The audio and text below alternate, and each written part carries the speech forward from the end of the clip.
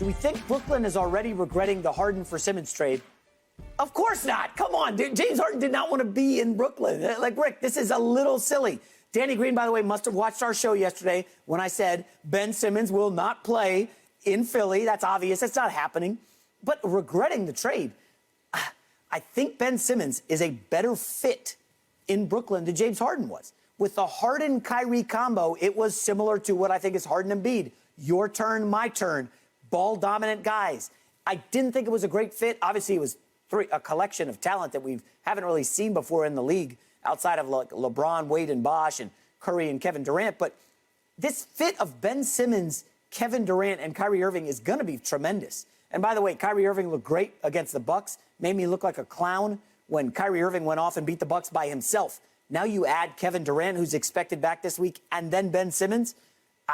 People are still sleeping on the Nets. All the talk is 76ers, Philadelphia. I can't wait for LaVar to just go crazy and love the Sixers. I'm telling you guys, Brooklyn won this trade. Brooklyn is going to the finals. I won't go as far as to say Brooklyn's going to the finals, Rick. Go ahead. I'll get to it. Go ahead. Look, one, they're not regretting it because, first of all, James Harden wouldn't have been playing in Philadelphia either. I don't know what it is, but if I ever have a hamstring injury, then I'm going to Philadelphia and I'm drinking the water and having cheesesteak because the man went from being unable to play to 4 days, 5 days later was running sprints on a treadmill and then getting 27 and 12 assists against the young, spry Minnesota Timberwolves. I've never seen a guy recover from a hamstring injury as amazingly as James Harden did. But it was clear that if he wasn't getting traded, he wasn't playing for the Brooklyn Nets any more than Ben Simmons was playing for the Philadelphia 76ers.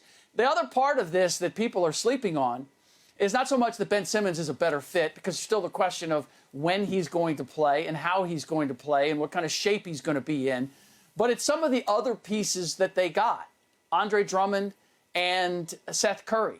Those are nice additions to what the Brooklyn Nets had. One of the two of the big issues that they had was depth. Seth Curry certainly helps them in that regard.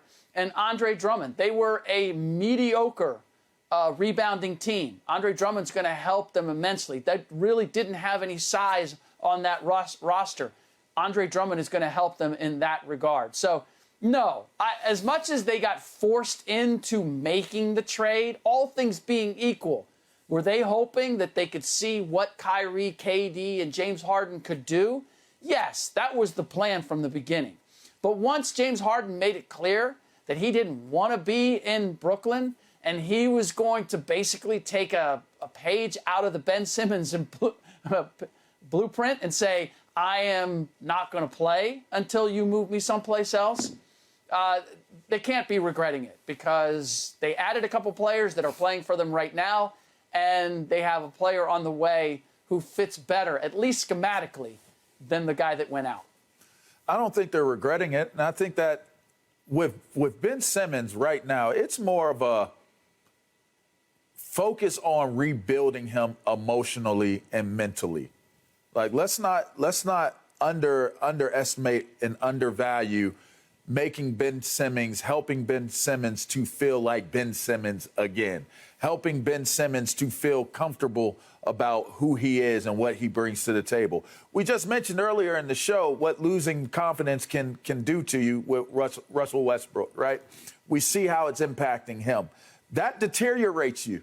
And Ben Simmons has dealt with that the entire offseason, the entire first part, and really the entirety of this season in terms of the attacks on him and what he isn't and what people think of him. He's a person.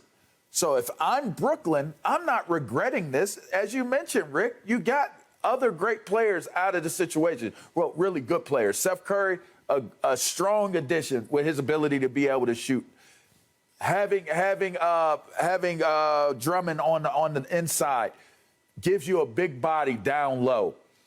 The pressure that Ben Simmons had in Philadelphia was fitting into a system that was Embiid dominant, but the way Embiid goes about his game, I think, is a little bit more predatorial versus what KD is in Brooklyn.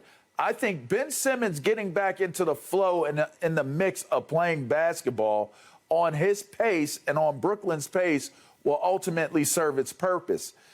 I wonder if James Harden and Embiid can continue to coexist as they move forward. How will their bond grow? How will that look in Philly? I'm more intrigued on that. I look at Ben Simmons as a guy that they need to love on him, get him back into game condition, get him back into shape, and see if y'all can make a run of it, making it into the playoffs. Moving forward, I think Ben Simmons is a positive contributor, maybe even better than positive contributor. Maybe he even gets back to all-star level of play in Brooklyn. I want to add this. Listen, Danny Green used to live out here in L.A. He lived like a 3-iron away from me. I would see him walking his dog all the time. He was always a nice guy. I think it's kind of weak that he's grave dancing on Ben Simmons after he gets traded, taking a subtle jab at the guy when he's at his lowest. Okay? From my perspective. Now, LaVar, I don't know if you've dealt in locker rooms where guys got shipped and then you trashed them, but, like, that doesn't seem like a cool thing to do to me. Some guys do it. I don't know. It seems like a chicken you-know-what move by Danny Green to take a shot at Ben Simmons, who, let me remind people, has more All-NBA appearances than Danny Green, more All-Star appearances. Like, Ben Simmons was a number 1 overall pick for a reason. This kid is immensely talented. I know he can't shoot a jumper, and he's made 5 career three-pointers. The producer likes to tell me. Ben Simmons is immensely talented, and to kick someone when they're at their rock bottom, it just felt unseemly to me, Rick. I don't know. That kind of karma thing could come back to the Sixers. Let's just remember this comment from Danny Green. Just remember that, Sixers fans. Yeah, I'm not going to fault Danny Green for taking issue with the fact that Ben Simmons refused to play for the Philadelphia 76ers this year, that team basically flew out and begged him to come back and play, to get over what Doc Rivers and what Joel Embiid said about him, blaming him for last year's loss to the Atlanta Hawks. If Danny feels some sort of way about that, I'm not going to take issue with that. The reason, and for Philadelphia 76ers fans, I hear your dissatisfaction with Ben Simmons. The fact that he's never developed a jump shot. And I look at a guy like Giannis Antetokounmpo or Lonzo Ball or any number of guys that in the same time frame have become exquisite three-point or certainly serviceable three-point shooters in the same time frame, and Ben Simmons has made no effort to develop that part of his game. I have a serious question about that. But what Ben Simmons was carrying around with him in Philadelphia was that he wasn't just supposed to be an all-star. He was supposed to be part of the nucleus that made good on the process, those 4 or 5 years of losing. He was supposed to be a team leader. We were always debating, whose team is it? Who's the real leader? Joel Embiid or Ben Simmons? Who do you build around? Joel Embiid or Ben Simmons? And I was always saying it was Joel Embiid because he was the more talented player and because he had the more aggressive nature about him. Ben Simmons going to Brooklyn solves all of those things. We're not going to, there's no question about whose team it is. It's KD's team. We're not asking him to be a leader. LaVar, I don't know if he ever gets back to being an all-star, but he's not asked to play like that anymore. Indeed. All he has to do is facilitate now. All he has to do is rebound and defend and do the things that he does best, as opposed to the things that he was asked to do in Philadelphia, which we were looking to him to be a closer. We were looking to him to be a leader, a finisher. He doesn't have to do any of that in Brooklyn, which is why I believe that he has a chance to be successful there. Now, it troubles me that he's got a sore back trying to get himself back into playing shape, and we're saying that he may not be ready until the playoffs. That's 5 weeks away. Like, let's expedite this. There is the perception of the Philadelphia 76ers running away with James Harden and Joel Embiid and these guys rolling, like from just a confidence that we made the right move standpoint. Ben Simmons needs to get on the floor sooner rather than later. So I don't want to hear about we're slow playing this and he'll be ready for the playoffs.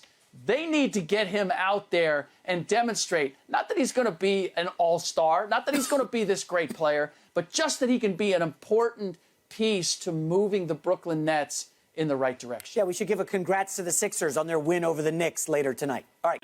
Thank you for watching. You can subscribe here to get the latest from the show, and be sure to check out more of the best clips from Undisputed, or go watch a few other segments from our other shows on FS1.